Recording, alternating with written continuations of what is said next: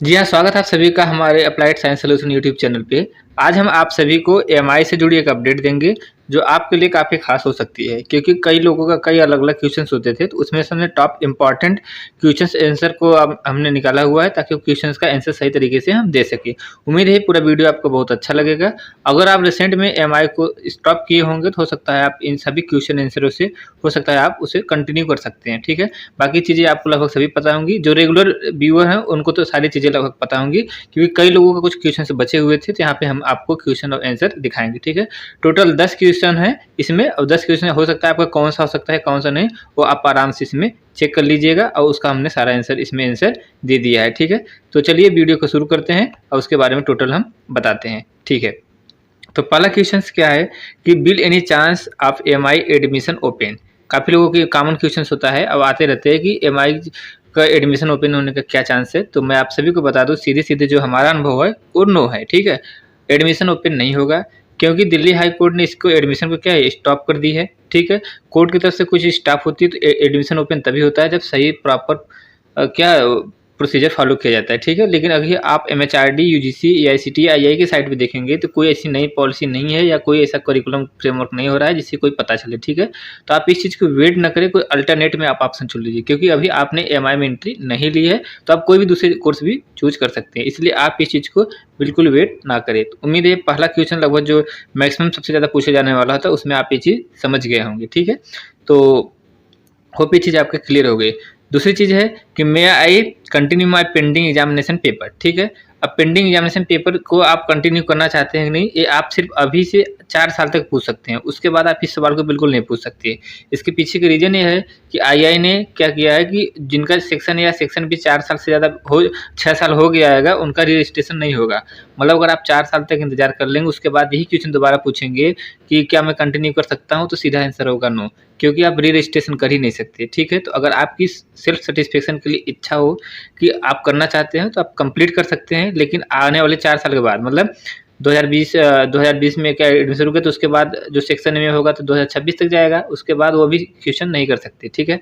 तो कुल मिला के यहाँ कंक्लूजन है, आपका सेक्शन है, सेक्शन भी आपका 6 साल होने में कितना दिन बचा है, उतने से पहले आप उस सेक्शन को कर लीजिए। सेक्शन ए कंप्लीट करके सेक्शन बी में चले आइए, ठीक है?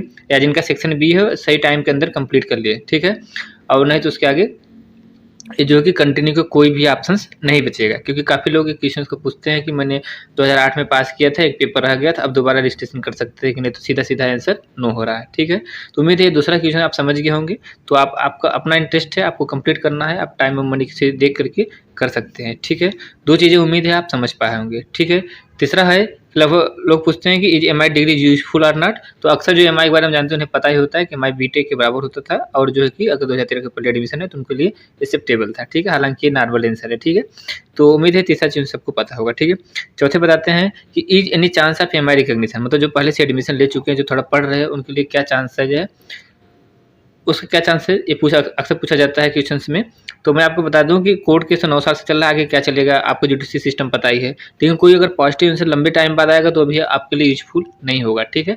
एनीवे, इस पे हमने एक वीडियो बनाया है, उस पर अपना ओपिनियन दिया हो, आप इसे जाकर के आप चेक कर सकते हैं कि क्या चांसेज हैं, ठीक है? तो ये चीज़ था।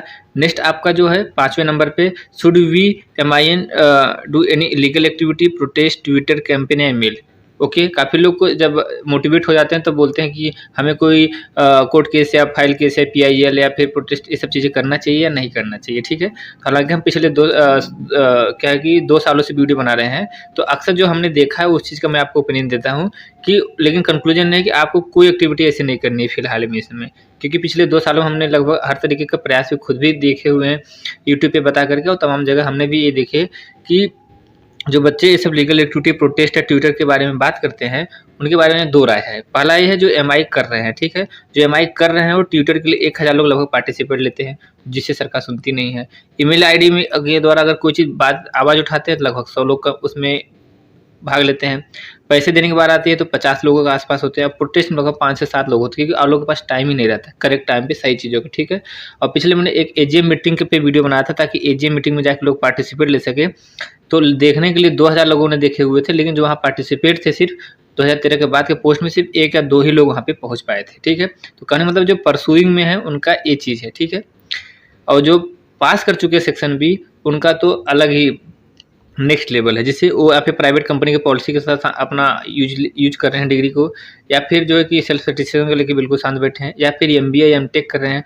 ठीक है, मतलब जो परसुइंग से कम जो है कि एक्टिव गुरु जो है कि एमआई पास के लोग हैं। ठीक है, तो क्या होता है कि इस तरीके से बिल्कुल निरस्ता आ जाती है, मतलब इतनी कम होने यूनिटी होने के कारण क्या है, गवर्नमेंट का अटेंशन नहीं हो पाता है। तो लोग टोटल करने का मतलब ये है कि जो आप इस चीज़ को करना चाहेंगे, लगभग सारी चीज़ों का प्रयास कई बार किया जा चुका है और जो है कि कोई आउटपुट नहीं आया। ठीक है, तो इसलिए आपको इस पे टाइम वेस्ट नहीं करना है। ठीक है, ओके, तो उम्मीद है आपके पांचों क्वेश्चन समझ गए होंगे। ठीक है, 6 नंबर पे आते हैं, I do not know about MI code के सिचुएशन ड्यूरिंग माई स्टडी। काफ़ी लोगों को रहता है सवाल कि हमने एमआई जब शुरू की थी तो उस समय मुझे पता नहीं था कि इस पे कोड केस है या नहीं है। ठीक है, तो हालांकि यहाँ पे आपको दिखाए हुए हैं कि आपको अलग अलग सालों में अलग अलग ऑर्गेनाइजेशन के द्वारा क्या अवेयर किया गया, बाकी बच्चों ने एडमिशन लिया तो उनका इंटरेस्ट अपना रहा होगा। ठीक है, तो नेक्स्ट आपको बताते हैं 7वें नंबर पे। ठीक है, 7वां ये पूछा जाता है कि एमआई पार्ट टाइम कोर्स है या फुल टाइम कोर्स है। ठीक है, तो आपको जानकारी के लिए बता दो, गवर्नमेंट अभी तक ट्रीट करती है इसे फुल टाइम की तरह। ठीक है, जैसे भी पढ़ाई होती है नॉन फार्मल, लेकिन इसे गवर्नमेंट इंजीनियरिंग डिग्री के बराबर इसे ट्रीट करती आई है। लेकिन आईआई अपने तरफ से सर्टिफिकेट देता है जो बोलते हैं कंटिन्यूअस एजुकेशन मोड। आप इसे इस वीडियो के थ्रू देख के आप ले सकते हैं। ठीक है, 7वां आपका आंसर होगा। ठीक, 8वें नंबर बताते हैं, I need a government job on MI basis. काफ़ी लोग कहते हैं नहीं मुझे इसी बेस पे चाहिए, और जो कि एडमिशन बाद 2013 के बाद का है। ठीक है, तो ये ओपिनियन मेरा यही है कि देखिए आपके और हमारे सोचने से कुछ नहीं हो सकता, सरकार की पॉलिसी होती है, अपने हिसाब से चलाते रहते हैं। आपको जो पिछला एजुकेशन है, डिप्लोमा है या 12th है, उस बेस पे आप गवर्नमेंट डिपार्टमेंट में घुस जाइए। उसके बाद आप पेड स्टडी लीव लेकर के आप अपने जहाँ पे आप जॉब पाएंगे गवर्नमेंट जॉब के, वहाँ के नियर बाय में प्राइवेट इंजीनियरिंग यूनिवर्सिटी के टच में आइए, फिर वहाँ से आप कोर्स कर लीजिए। ठीक है, तो ज़्यादा बेटर होगा। ओके, नेक्स्ट चलते हैं 9th पे। ठीक है, अब क्या होता है, गवर्नमेंट जॉब 100% लोग की इंटरेस्ट नहीं होता है, क्योंकि लोगों को अपने अपने पोटेंशियल का आइडिया होता है। ठीक है, तो कुछ लोग क्या होता है प्राइवेट जॉब के लिए भी पूछते हैं। ठीक है, तो I need a private jobs on MI basis. ठीक है, तो मैं आपकी जानकारी के लिए बता दूं कि जो मैक्सिमम है, मतलब मैक्सिमम से मैक्सिमम जो प्राइवेट कंपनियां क्या है एक्सेप्ट करती हैं, क्योंकि आईए बहुत हिस्टोरिकल डिग्री रही है हमेशा से, पिछले जो भी 80-90-100 साल कहा जाता है, और इसका एक्सेप्टेबल बहुत जगह पे होता है। ठीक है, कुछ एक दो मना कर दे, उनका तो अपना पर्सनल रीजन हो सकता है, लेकिन मैक्सिमम जगहों पे लिया जाता है। ठीक है, इसलिए आप इस चीज़ में बिल्कुल देखिए।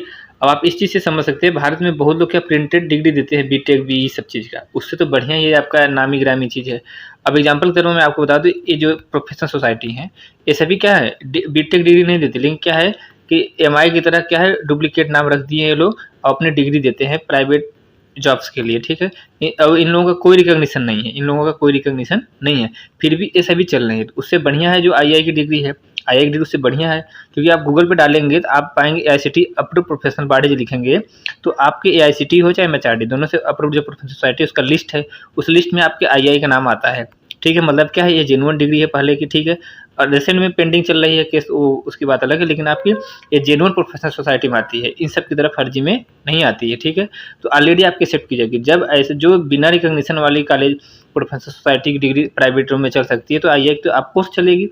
ठीक है, तो उम्मीद ये चीज़ें आप समझ पा रहे होंगे। ठीक है, तो ये चीज़ होती है। ठीक, चौथी बात यह है कि अगर मान लीजिए कोई गवर्नमेंट जॉब की प्रैक्टिस करते 40 साल तक बीत गया बाय मिस्टेक और नहीं निकल पाया, तो प्राइवेट तो करना ही है लाइफ टाइम, तो उस कंडीशन में भी तो आप जो है कि एमआई की डिग्री आपके लिए एक्सेप्टेबल अच्छी रहेगी। ठीक है, एनीवे मेरा पर्सनल ओपिनियन था, जो काफ़ी क्वेश्चन पूछते हैं प्राइवेट सेक्टर में एक्सेप्ट किया जाएगा कि नहीं। ठीक है, हालांकि काफ़ी लोग तो कर ही रहे हैं जॉब। ओके, 10th पे आते हैं कि आपके प्राइवेट कंपनियां कौन कौन सी हैं, ये पूछ लेते हैं। अगर कोई आंसर देता है हाँ प्राइवेट एक्सेप्टेबल है, तो कौन कौन से ये भी पूछ लिया जाता है। ठीक है, तो आपका लास्ट क्वेश्चन का आंसर है, इसमें मैं आपको बता देते हैं कि जैसे हमने फेसबुक पेज खोजा हुआ है, लीडिंग जो सबसे अच्छे है सूटेबल है, तो उसमें सबसे ज़्यादा मेंबरशिप 2010 का, इसमें 13,000 मेंबर है। ठीक, आप इस फेसबुक पेज पे जाइए, देखिए कौन कौन कमेंट किए, उनके प्रोफाइल पे चेक करेंगे तो आपको अच्छी अच्छी कंपनियां क्या है मिल जाएंगी कि कौन कहाँ पे काम कर रहे हैं। आप उससे जुड़े हुए कंपनी को आप इंटरव्यू दीजिए, वहाँ पर आपका जरूर होगा, क्योंकि ये सभी क्या IIMI की ग्रुप ही है। ठीक है,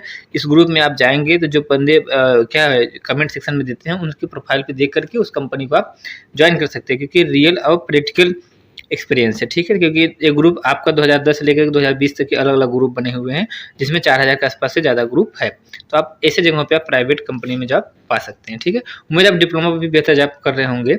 तो ये मेरा सारा लगभग 10 कॉमन क्वेश्चन आंसर से बता दिए। आपका अगर और कोई क्वेश्चन होगा तो आपका नया सेशन लाऊंगा, लेकिन उम्मीद है कि लगभग हमने सारा कंक्लूजन करने के बाद ये 10 क्वेश्चन थे जिसका हमने रिप्लाई देने की पूरा कोशिश की है, ठीक है। अगर कोई वर्ड का मिसयूज हुआ होगा तो सॉरी उस बात के लिए, मैं उस बात को अगली बार ज़रूर सुधारूँगा।